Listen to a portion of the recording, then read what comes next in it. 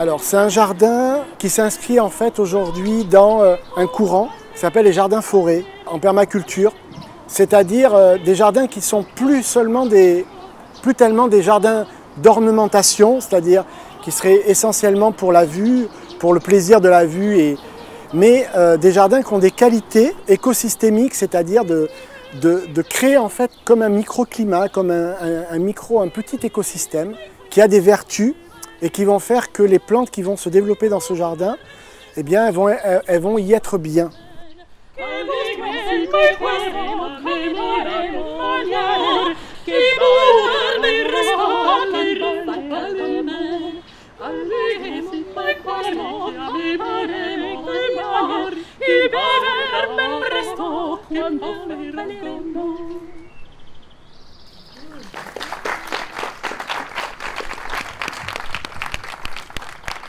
Je m'appelle Marie-Josée, je suis patiente partenaire au sein du Centre régional psychotrauma depuis maintenant plusieurs années. Je suis aussi présidente de l'association En Parler qui accueille des victimes de violences sexuelles et c'est dans ce cadre-là que je suis venue vers le CRP. Déjà, j'ai une formation agricole à la base et mon parcours de vie a fait que j'ai pas pu travailler dans cet environnement. Mais la nature, pour moi, c'est quelque chose d'important.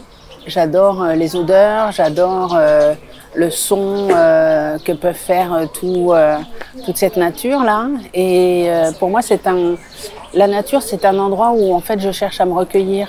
Donc, quand on a évoqué ici le projet du jardin, ça a été tout de suite quelque chose sur lequel j'ai accroché. J'ai participé à différentes réunions de réflexion et pour nous, victimes de violences sexuelles, il y a beaucoup de choses qui sont en lien avec nos 5 sens. Donc bien sûr, il y a le son, il y a toutes les couleurs, mais les bruits et les odeurs qui peuvent être hyper réactivantes. Donc éviter les sons qui peuvent nous stresser ou des odeurs qui nous rappellent ou qui nous renvoient à notre histoire. On vient ici dans un lieu où les personnes qui viennent vont raconter des histoires qui sont importantes pour elles, mais qui peuvent aussi réveiller beaucoup de choses. De pouvoir, après une séance par exemple, pouvoir se poser et se dire là je peux respirer, je me pose, je peux être tout seul, je peux être avec d'autres et repartir quand j'en ai envie, c'est super important.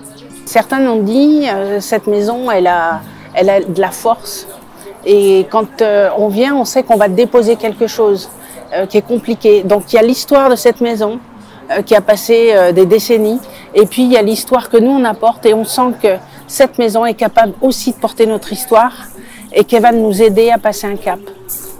Et on va se diriger vers une autre partie du jardin avec des installations que Laurent va nous présenter. On ne l'a pas dit, mais on a commencé par observer les adventices, les plantes sauvages, spontanées, comment on veut les appeler, mais surtout pas mauvaises herbes, en effet. Elles ont tellement de vertus. Voilà, pour l'instant, dans cette première phase de création du jardin, l'aspect artistique est peut-être un peu plus discret qu'il ne le sera l'an prochain. C'était évidemment important de commencer par les plantations, mais là on a commencé par la fresque murale, la fresque végétale on pourrait dire. Et ce qui était très chouette, c'était de coller au mur avec de la farine tout simplement, puis ensuite avec de l'amidon, mais c'est toujours du blé, de la mousse collectée en forêt. Donc faire venir un petit peu de forêt ici. Donc c'était très doux, très ludique et on a beaucoup aimé toutes et tous ensemble faire ce premier geste, voilà. Et c'est une première manière de faire vivre ce mur qui est très présent et qui va peut-être s'animer de bien des manières et notamment avec le vivant évidemment. Et là c'est déjà le cas parce qu'il y a des légions de petits gendarmes, là vous savez les insectes là, qui logent dans la mouche, donc c'est déjà un petit écosystème.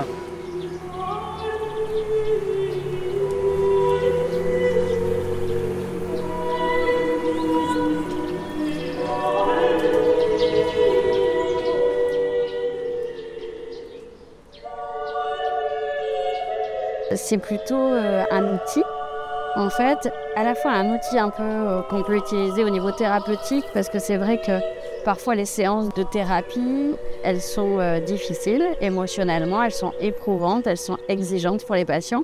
Et c'est vrai que de pouvoir sortir avec le patient au sein même de la séance, Ça permet d'avoir un temps qui est plus doux, qui change de l'exposition aux images traumatiques pour les patients. Et ça leur permet aussi de reprendre un petit peu contact avec la réalité petit à petit. C'est pas systématique et c'est ça que je trouve chouette parce que c'est un outil que j'utilise en fonction de la réaction du patient. En fait, les patients qui viennent en consultation, il y en a qui d'eux-mêmes arrivent en avance de la consultation et repartent bien après l'horaire en fait, de départ ou de la fin de la consultation parce qu'ils vont s'en servir en autonomie pour soit s'asseoir dans le jardin, sentir les fleurs, profiter un peu de l'éveil sensoriel que peut amener ce jardin.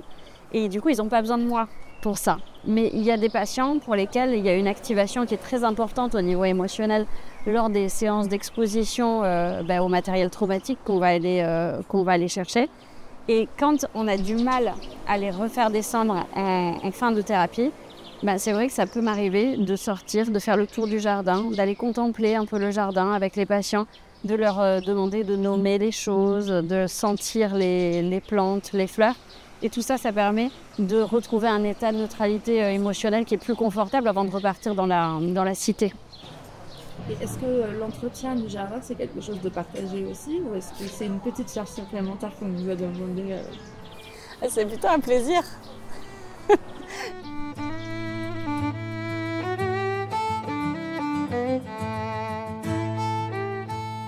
Depuis le départ, on a eu envie de faire le jardin autant pour la partie adulte que pour la partie enfant-adolescent du CRP.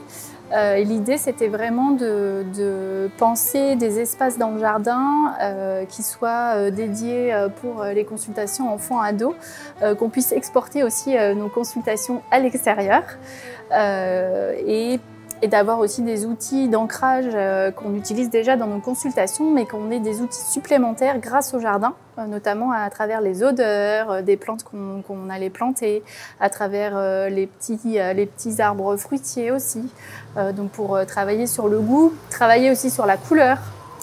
Donc ça, c'est des techniques d'ancrage qu'on utilisait que en intérieur et qu'on exporte à l'extérieur. Quand on sort du bureau de consultation, on voit toujours les patients d'une autre manière qu'on n'a pas l'occasion de voir si on reste que dans le bureau de consultation.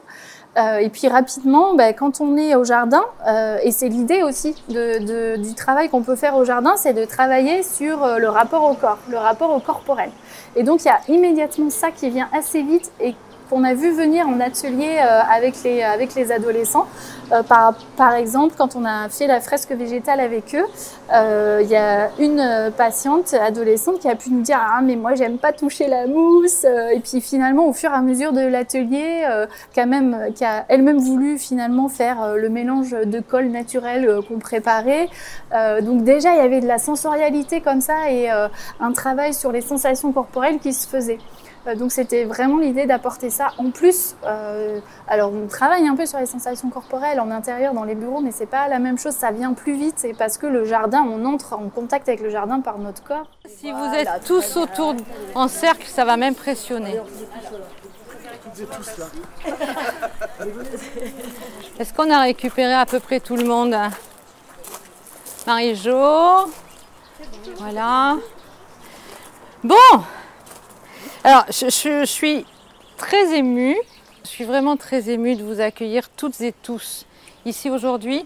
Alors, je suis doublement émue que certains d'entre vous ont amené leur famille, leurs proches. Donc, vraiment un grand merci. Cet endroit est le vôtre, c'est vraiment ce dont il faut que vous preniez conscience. D'abord, je m'adresse d'abord aux personnes qui fréquentent le lieu au niveau soins. Cet endroit est le vôtre. On l'a fait pour vous. On l'a fait aussi parce qu'on sait qu'ici, c'est un endroit où l'on dépose des choses extrêmement difficiles et douloureuses. Vous nous faites confiance, vous déposez votre intimité. On en est très honorés, on essaye de vous accompagner du mieux que l'on peut. Mais en tous les cas, c'est pour vous, parce que le CRP ou le soin de toute façon de vos traumas, c'est qu'un moment dans votre vie, il y a un avant, il y a un après, il y a aussi des enfants qui viennent ici.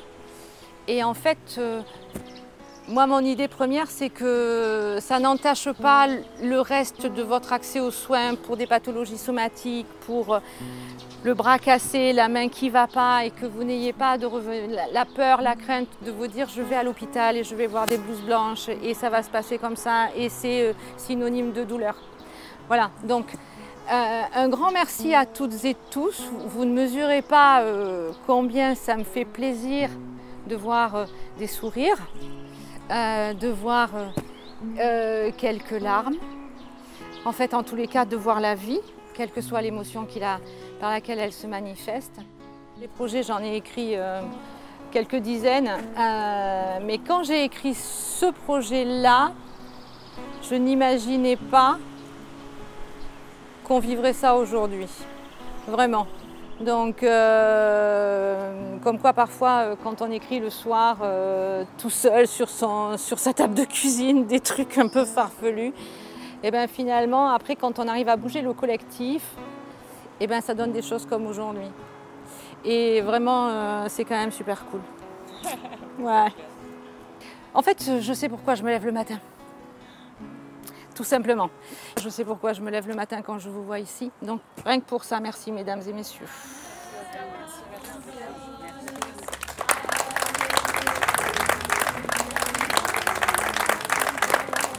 Le sable fin qui glisse entre les doigts, le sable